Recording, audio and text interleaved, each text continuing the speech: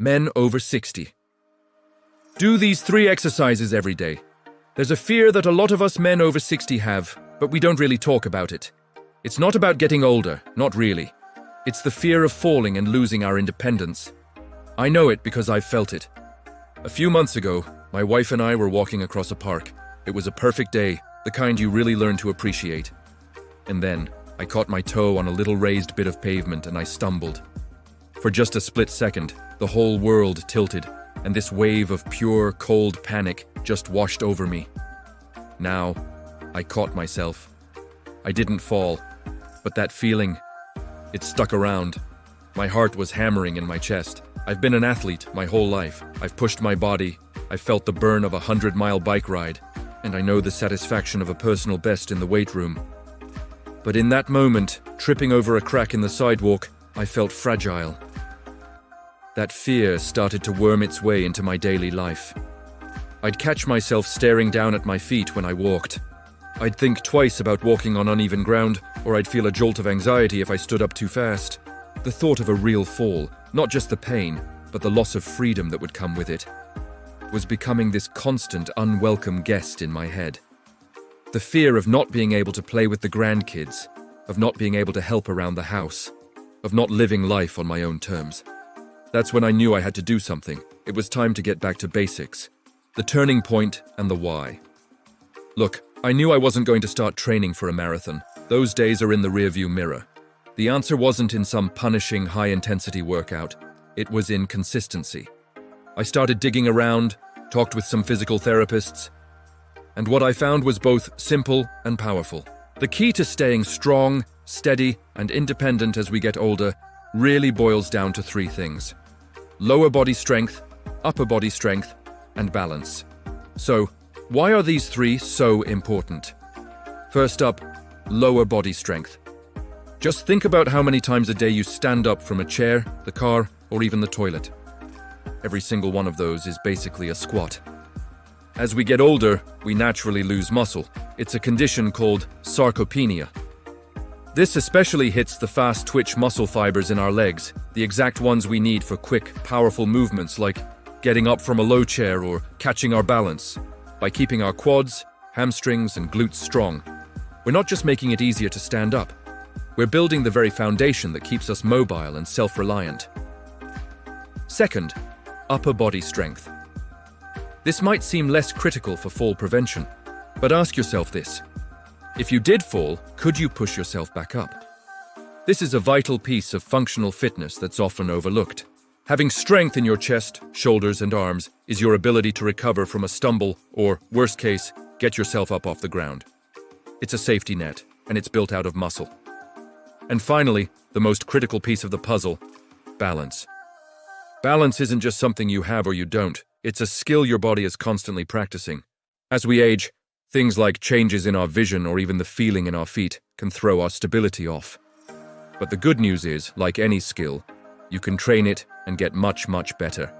Even top health organizations like the CDC specifically recommend that older adults do exercises to improve balance to help cut down the risk of falling. A few minutes of dedicated balance work every day can retrain the link between your brain, muscles, and nerves, making you noticeably more stable on your feet. I realized that by focusing on just one key exercise for each of these 3 areas and doing them every single day, I could take apart that fear piece by piece and rebuild my confidence. This isn't about becoming a bodybuilder. It's about building a body you can count on. These 3 simple exercises became my daily ritual, and for me, they changed everything. The how, exercise number 1, the chair squat. All right, the first exercise is the absolute cornerstone of lower body strength and independence, the chair squat. This is the single most important move for keeping your ability to get up and down without a second thought. The benefit. Every time you get out of your favorite armchair without using your hands to push off, you're using the exact strength this exercise builds. It strengthens your quads, glutes, hamstrings, and core, all essential for walking, climbing stairs, and just holding yourself with a solid posture. The setup. Grab a sturdy chair that won't slide. A dining room chair is perfect. Stand in front of it with your feet about shoulder width apart and your toes pointed forward. Your back is to the chair. Now take a tiny step forward so there's a little space. Keep your chest up and look straight ahead. The movement. Start by pushing your hips and butt backward like you're about to sit down. Make sure to keep your back straight and your stomach tight. Bend your knees and lower yourself down slowly with total control until your bottom just barely taps the seat of the chair. Imagine you're about to sit on a priceless antique and you don't want to put any real weight on it. The second you make contact, pause. Then, without rocking or using momentum, drive straight up through your heels. Squeeze your glutes and think about pushing the floor away from you to come back to a full standing position. The whole thing should feel deliberate and controlled. Breathing. Breathe in on the way down and breathe out with a bit of force as you push back up. Common mistakes to avoid. The number one mistake is letting your knees collapse inward. Really think about pushing your knees out slightly so they stay lined up with your feet. Another one is rounding your back. Keep that chest lifted and your eyes looking forward. It helps keep your spine safe. And finally, don't just plop down into the chair. The goal is that gentle tap. It proves your muscles are doing the work the whole time. Reps and sets. Aim for 10 to 12 repetitions. Do one full set, take a 30-second breather, and if you're feeling good, go for a second or even a third set. Modifications. For beginners. If it's tough to stand up without help, that's no problem at all. Put your hands on the chair's arms or on your thighs and use them to give yourself a boost. Over time, just try to use them a little less each time until you can do it on your own. For progression. Once you can nail 12 reps, you can make it tougher. Try slowing down the movement, especially on the way down. Count to 4 as you lower yourself. This builds more strength. You could also hold a light weight, like a heavy book or a jug of water, right up against your chest. Exercise number 2. The wall push-up. Exercise number 2 builds that all-important upper body strength we talked about. It's the wall push-up. This builds the pushing power in your chest, shoulders and triceps you need to get yourself up from a low spot. The benefit. Think of this exercise as your insurance policy.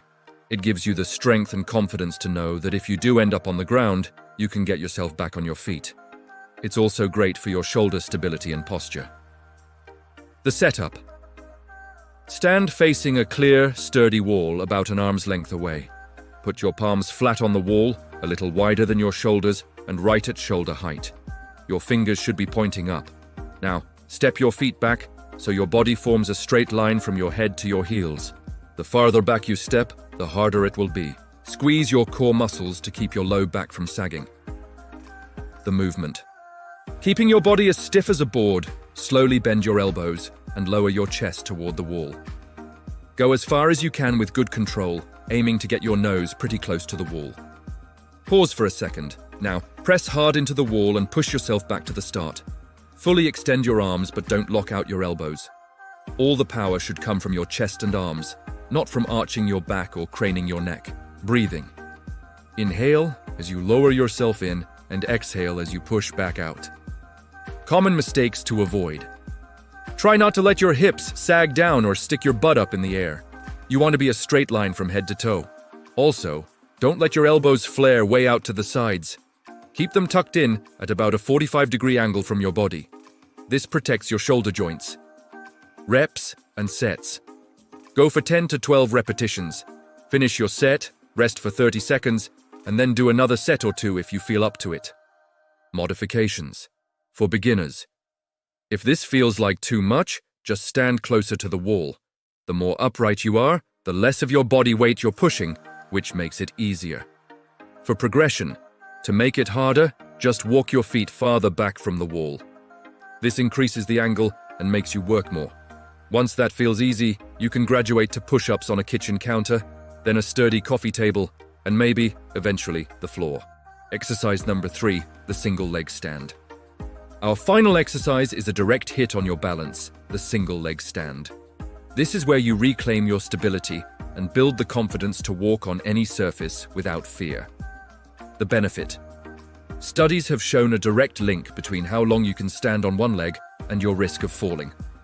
This simple move trains your body's awareness of where it is in space and strengthens all those little stabilizing muscles in your ankles, knees, and hips. The setup. Stand right next to something sturdy, like a kitchen counter or the back of a heavy chair. Don't grab it yet, but have it right there for safety. Stand tall with your feet about hip-width apart and your weight spread evenly. Fix your eyes on a spot on the wall straight ahead. The movement. Shift your weight over to your right foot. Slowly, lift your left foot off the floor, bending the knee. You can lift it just an inch, or bring it all the way up to hip height. It doesn't matter. The goal is to just hold this position and be as still and steady as you can. Concentrate on keeping your standing leg strong and your core tight. Try holding it for 10 seconds and then work your way up to 30 seconds. When you're done, lower your foot back down with control. Then shift your weight to your left foot and do it all again on the other side. That's 1 rep. Breathing. Just breathe normally and calmly. Holding your breath can actually make you wobbly. Common mistakes to avoid. The biggest mistake is being too proud to use support when you need it. Let your ego go. Safety comes first. If you feel unsteady, just lightly touch the counter or chair with your fingertips. Another common error is looking down at your feet. That will throw your balance off every time. Keep your eyes up and forward. Reps and sets. Aim for 3 repetitions on each leg, holding for at least 10-30 seconds each time. Modifications. For beginners, start by holding onto your support with both hands. As you feel steadier, try using just one hand, then only your fingertips. The next step is to just hover your hand right over the support, ready to grab it if you need to. For progression, once you can comfortably hold the stand for 30 seconds on each leg, you're ready for a challenge. Try closing your eyes for just a second or two, make sure that support is right there. Or, you can try slowly turning your head from side to side while you balance. These little changes challenge your stability in new ways and make you even steadier. So, there you have it. The chair squat, the wall push-up, and the single leg stand. 3 straightforward exercises that tackle the 3 pillars of functional strength and independence. The routine is as simple as the exercises. Just do them every day. It'll take you less than 10 minutes. Think of it like brushing your teeth. It's a small, non-negotiable act of self-care that pays off big time down the road. You don't need any special clothes or a gym membership. All you need is a chair, a wall, and the decision to give yourself back the strength and confidence you deserve. Start today. Make this 10-minute routine your new morning habit. I promise you, if you stick with it, you won't just feel the difference in your body, you'll feel it in your mind. If you're ready to get back your strength and confidence, start with these 3 exercises today. It would really mean a lot if you'd hit that subscribe button and turn on notifications. That way, you won't miss out on more practical fitness tips made specifically for men over 60 who want to live stronger, more independent lives. I still go for walks in that same park with my wife, but something's different now. I'm not looking down at my feet anymore. I'm looking at the trees, at the sky, at her. That little nagging fear that used to live in the back of my head. It's gone. Just last weekend, my grandson was playing, and his ball rolled down a small grassy hill. 6 months ago, I would have hesitated. I would have worried about the uneven ground, about slipping, about looking unsteady. But this time, without a second thought, I walked down, squatted with ease, picked up the ball, and stood right back up. It was such a small thing, but to me, it was everything. It was freedom. That's what this is all about. It's not about getting older. It's about getting better at aging.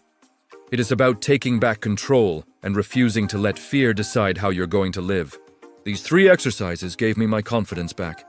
They gave me my freedom back, and I truly believe they can do the same for you. Thanks for watching. Now go get started.